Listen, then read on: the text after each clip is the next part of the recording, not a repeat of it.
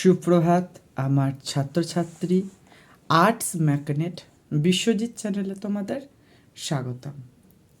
তো প্রিয় ছাত্রছাত্রী, তোমাদের ক্লাস 11-এর পরীক্ষা কিন্তু একদম দোরগোড়ায়, অর্থাৎ প্রথম সেমিস্টারের যে পরীক্ষা সেটা কিন্তু একদম চলে এসেছে।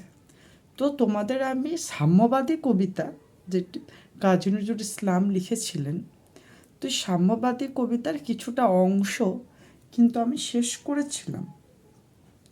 তো আজ আমি সাম্যবাদী কবিতার আরও কিছুটা অংশ শেষ করে আর একটা ক্লাসের মধ্যে আমি সেটা সম্পূর্ণ করে ফেলব।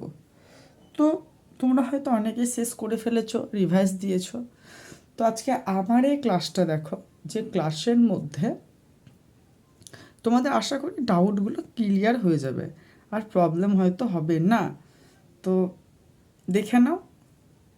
আচ্ছা, এই পর্যন্ত আমি পড়েছিলাম। তারপর দেখো, কবি এখানে বলছেন যে তোমাতে রয়েছে সকল কেতাব, সকল কালের জ্ঞান, সকল শাস্ত্র খুঁজে পাবে সখা, খুলে দেখো নিজ প্রাণ।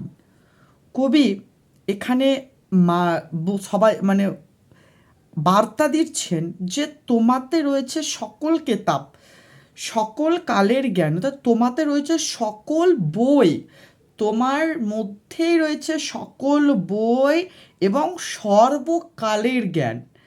তোমার মধ্যেই, তোমার ভিতরেই রয়েছে কিন্তু সকল বই। এই যে এতক্ষণ কবি বলে আসছিলেন যে হিন্দু, মুসলিম, খ্রিস্টান, ইহুদি, বিভিন্ন জনজাতি তাদের তারা এক হয়ে যাওয়া, বিভিন্ন বার্তা দিয়ে আসলো। কবি এখন বলছে, কেন বলেছেন সেটা দেখো, যে বলছে তোমাতেই সকল হৃদয়ে, তোমার মধ্যেই রয়েছে সকল বই, তোমার মধ্যেই রয়েছে সর্বকালের জ্ঞান, সকল শাস্ত্র খুঁজে পাবে সখা, খুলে দেখো নিজ প্রাণ। অর্থাৎ সকল শাস্ত্র তোমার মধ্যে রয়েছে, সর্বকালের কেতাব, বই, সকল শাস্ত্র এবং সর্বকালের জ্ঞান। তুমি তোমার ভিতরের অন্তরাত্মার, অর্থাৎ তোমার হৃদয়ের সন্ধান করে দেখো, যে তুমি নিজের প্রাণ খুলে দেখো বা অন্তরাত্মার সন্ধান করে দেখো, এই সমস্ত জিনিসগুলো কিন্তু খুঁজে পাবে। কি কি? সকল কালের কেতাব অর্থাৎ বইকে খুঁজে পাবে, সকল কালের জ্ঞানকে খুঁজে পাবে, আর সকল শাস্ত্রকে খুঁজে পাবে। তারপর তোমাতে রয়েছে সকল ধর্ম, সকল যুগাবতার, তোমার হৃদয় বিশ্ব দেওয়াল, সকলের দেবতার। অর্থাৎ তোমার মধ্যেই রয়েছে সকল ধর্ম। অর্থাৎ আমাদের এই যে জাতপাত, যে ভেদাভেদ, অর্থাৎ এখানে এই প্রসঙ্গে আমি বলতে পারি যে আমাদের এখানে লালন ফকির কোন ধর্মে বিলং করতো, কোন ধর্মের ছিল? সে তো মুসলিমও না, হিন্দুও না, তবে জন্মগতভাবে তিনি হিন্দু ছিলেন, কিন্তু পরবর্তীকালে তিনি মুসলিম রূপান্তরিত হয়ে মানবতার, অর্থাৎ মানব আত্মার কিন্তু সন্ধান করেছেন। তো তোমার মধ্যে, অর্থাৎ তোমার হৃদয়, তোমার যে মন, সে মনের মধ্যেই রয়েছে সকল ধর্ম, সকল যুগাবতার, অর্থাৎ যুগ যুগ ধরে পৃথিবীতে যে সমস্ত অবতারের অবতীর্ণ হয়েছে পৃথিবীকে ভারমুক্ত করতে, সেই সমস্ত যুগাবতার কিন্তু তোমার হৃদয়ের মধ্যেই রয়েছে। আর তোমাতে রয়েছে তোমার হৃদয় বিশ্ব দেওয়াল। এই দেওয়াল শব্দের অর্থ হচ্ছে মন্দির, বা যে মসজিদও বলতে পারো, গির্জাও বলতে পারো। তো তোমার হৃদয়ে হচ্ছে এই মন্দির, তোমার হৃদয়েই রয়েছে বিশ্ব দেওয়াল, তোমার হৃদয়েই রয়েছে বিশ্বের মন্দির, সকলের দেবতার, যেখানে সমস্ত কিছু মানুষ কিন্তু পূজিত হয়। অর্থাৎ তোমার হৃদয় যেখানে যেই হৃদয়ের যে দেবতা রয়েছে, যে হৃদয়ের যে দেবতার যে মন্দির রয়েছে, সেই হৃদয় দেবতার মানে সেই হৃদয়েই রয়েছে সকল দেবতার। তারপর কবি আবার এখানে বলছেন যে কেন খুঁজে ফের দেবতা ঠাকুর মৃত পুঁথি কঙ্কালে, হাসিছেন তিনি অমৃত হিয়ার নিভৃত অন্তরালে। বলছে তোমরা তবুও এই তোমাদের হৃদয়েই, তোমাদের বিশ্ব দেওয়ালেই বা মন্দিরেই রয়েছে সকল দেবতা।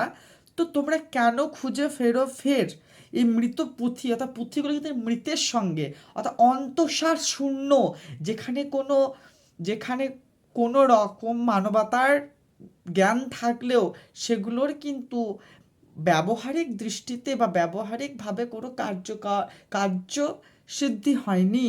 তো সে মৃতপুঁথি কঙ্কালগুলোতে তোমরা কেন এই দেবতা ঠাকুরকে সন্ধান করে দেখছো?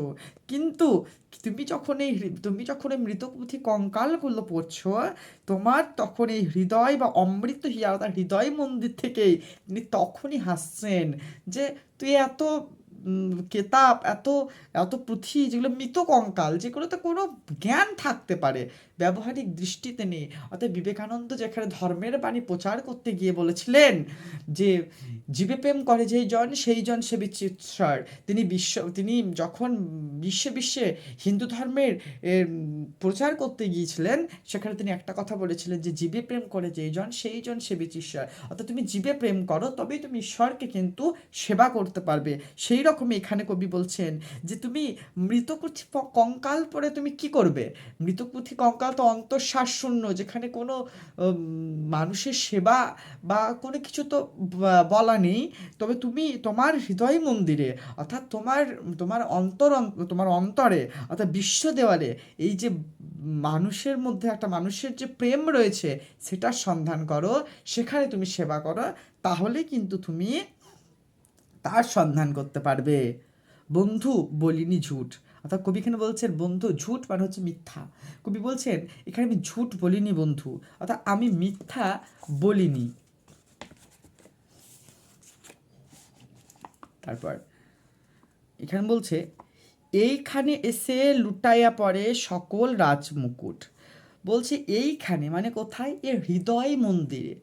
অর্থাৎ কোনো রাজা যদি অত্যাচারী হয়, শোষক হয়, তো সেই সমস্ত রাজা কিন্তু প্রজাদের সঙ্গে একটা আত্মিক যোগ বা তার অন্তরের সঙ্গে কিন্তু কোনো একটা বন্ধন কিন্তু স্থাপন করতে পারে না। কিন্তু সেই রাজা যদি প্রজা দয়ালু হয়, যদি প্রজার প্রতি একটা মায়ার একটা বন্ধনে যদি আবদ্ধ হয়, প্রজা হিতৈষী যদি হয়, তাহলে সেই রাজার সঙ্গে কিন্তু প্রজার একটা হৃদয়ের যে একটা মেলবন্ধন, যে আত্মিক যোগ, সেই রাজার মুকুট কিন্তু হৃদয়। অর্থাৎ এমন একটা কাজ এখানে করতে হবে যেখানে তোমাকে মানুষ কিন্তু যুগ যুগ মনে রাখবে।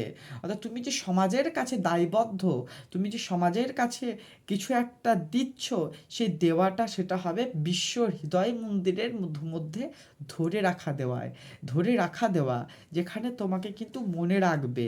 অর্থাৎ তোমার সকল রাজমুকুট বা তোমার যে নাম সেই হৃদয়ে কিন্তু স্থান পাবে। এই হৃদয়ই এবার হৃদয়কে কবি এখানে বিভিন্ন তীর্থক্ষেত্র, মুসলিম ধর্মের বিভিন্ন তীর্থক্ষেত্র, খ্রিস্টান ধর্মের, হিন্দু ধর্মের বিভিন্ন তীর্থক্ষেত্রের সঙ্গে কবি এখানে তুলনা করবেন। বলছে এই অন্তরাত্মা, এই যে দেওয়াল মন্দির, যে বিশ্ব দেওয়াল মন্দির, সে নীলাচল হচ্ছে আমাদের পুরীর তীর্থক্ষেত্র হচ্ছে নীলাচলে মহাপ্রভু একটা লাইন আছে দেখবে। অর্থাৎ এই পুরীর ধাম, যেটা হিন্দু ধর্মের বৃহত্তম একটা ধাম, সেই নীলাচলই কিন্তু তোমার হৃদয় মন্দিরে রয়েছে। কাশী হচ্ছে আমাদের ওই যে কাশী বিশ্বনাথ মন্দির, বারাণসীতে অবস্থিত। মথুরা, বৃন্দাবন, উত্তরপ্রদেশ, যেখানে শ্রীকৃষ্ণের পূজা করা হয়। কাশীতে করা হয় দেবাদিদেব মহাদেবের পুজো করা হয়। বুদ্ধ গয়া বিহারে অবস্থিত। এর বৌদ্ধ ধর্মের এখানে বুদ্ধদেবের বিভিন্ন বাণী থেকে শুরু করে বুদ্ধদেবের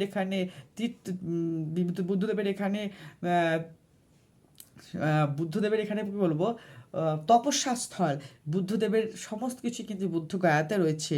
জেরুজালেম হচ্ছে 3টি ধর্ম, ইহুদি, খ্রিস্টান আর মুসলিম, এই 3টি ধর্মের মিলন ক্ষেত্র হচ্ছে এই জেরুজালেম। মদিনা কাবা ভবন হচ্ছে মুসলিম ধর্মের অন্যতম একটা তীর্থক্ষেত্র। তো হৃদয়কে কবি কিসের সঙ্গে তুলনা করলেন?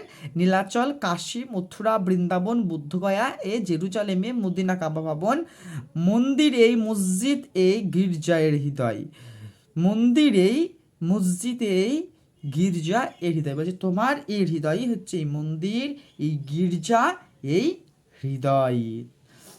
এই তোমার হৃদয়টাই হচ্ছে মসজিদ, তোমার হৃদয়টাই হচ্ছে মন্দির, তোমার হৃদয়টাই হচ্ছে গির্জার সমতুল্য।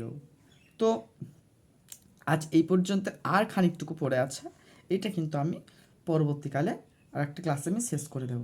তো ভিডিওটা কেমন লাগলো, বা যদি ভালো লেগে থাকে আর তোমরা একটা কমেন্ট করে জানাবে। যদি ভালো লেগে থাকে তাহলে একটা লাইক, কমেন্ট, শেয়ার আর সাবস্ক্রাইব করে দিয়ে চ্যানেলটার পাশে থাকবে। ধন্যবাদ।